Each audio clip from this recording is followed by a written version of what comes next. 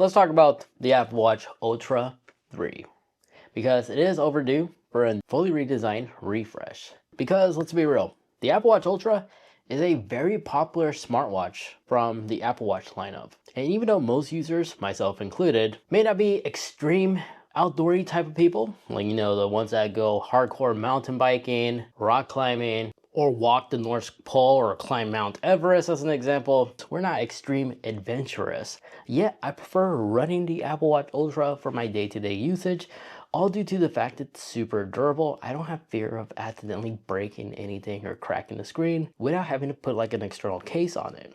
I've been running this Apple Watch Ultra bare like this, and to this very day, still looks pretty mint. Now there's reasons why this is the case of the most durable model being the most popular one. If you go to like a Costco or a mall or something like that, you'll be seeing some 4x4s in the parking lot. And there's a reason why these are called mole crawlers.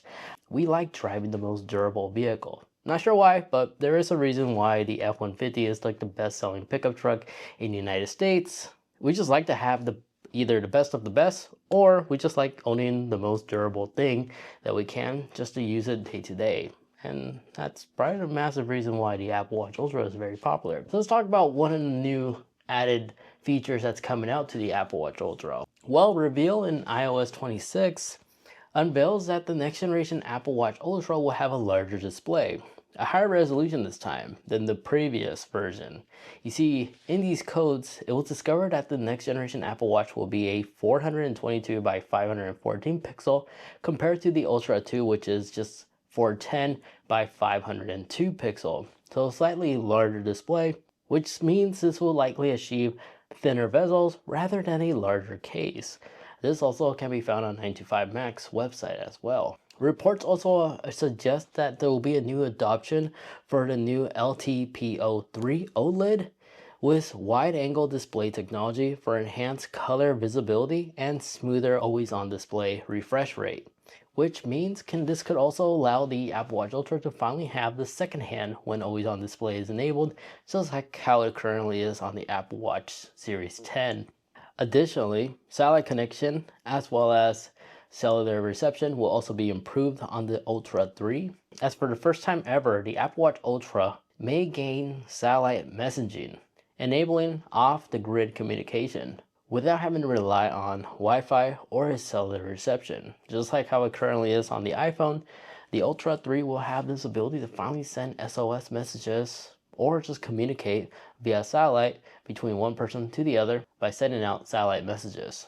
And there's also been reports that we will finally see 5G on the Apple Watch Ultra, as it will be using RedCap, which is a low power version of 5G, upgrading the Ultra to 4G LTE for a faster data and streaming capabilities on the Apple Watch Ultra 3. And then when it comes down to these processors, the processor will be using an S chip, which is the next generation of Apple Watch chipsets found in the upcoming Series 11. The Ultra 3, no surprise, should also have this, which means we will see a better battery improvement than ever before, better efficiency and performance. You see, leaks have pointed out that an S10 or possibly an S11 SiP chip will be powering the Ultra 3, which will let this Apple Watch run more sensors for health tracking, which means this will finally be able to run something like a heart rate blood pressure sensor.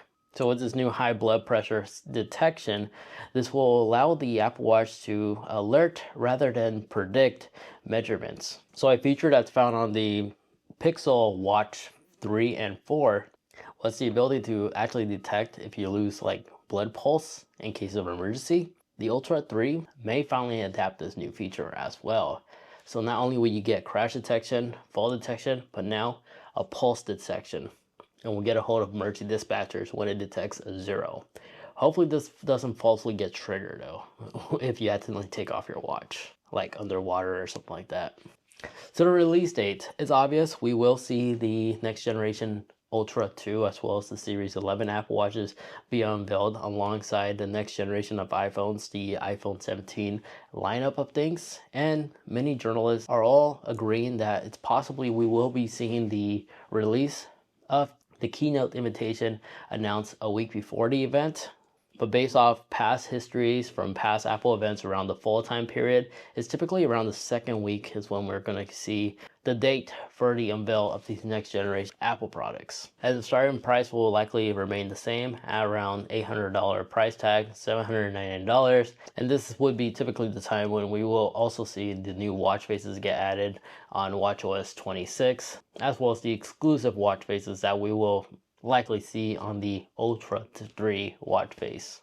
And hopefully this generation of Apple Watch Ultra, we should see a variety of different color choices to choose from, knowing that it is indeed a popular model.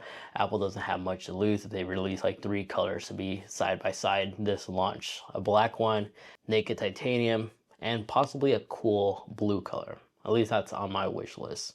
But the design just still similarly shared the same current Ultra design, that tank-like structure, maybe 10 or 15% slimmer, with the same battery life if Apple would do that, but I personally prefer better battery life. It's okay if it's a current body style.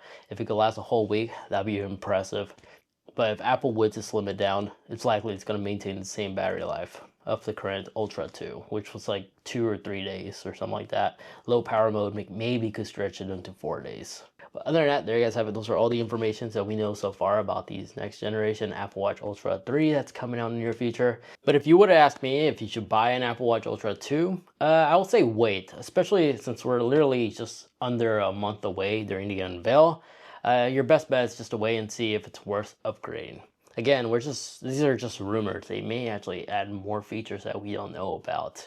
But unless you could find an Apple Watch Ultra 2 for just under $200, that's actually a really good deal. I may consider that, but just wait if you can.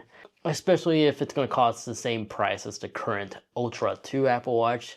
The Ultra 3 was a slimmer bezel design, allowing a larger display, new display technology, likely will be 4,000 nits of brightness for outdoor use or flashlight use, which the current generation is currently 3,000 nits of brightness, which was already pretty impressive, but 4,000 nits definitely would allow the Apple Watch Ultra 3 finally be more practical like a flashlight. Similarly, brightness as it is on the LED light on your iPhone as an example. I think that would be really cool. But other than that, there we have it. Those are all the information, all the leaks that we know so far about the Ultra 3. Let me know in the comments section, what do you think about the Ultra 3? Are you excited for it? Are you going to upgrade to the Ultra 3? Or is this going to be your first smartwatch you ever purchased from Apple? Let me know, what are you planning on upgrading or jumping into?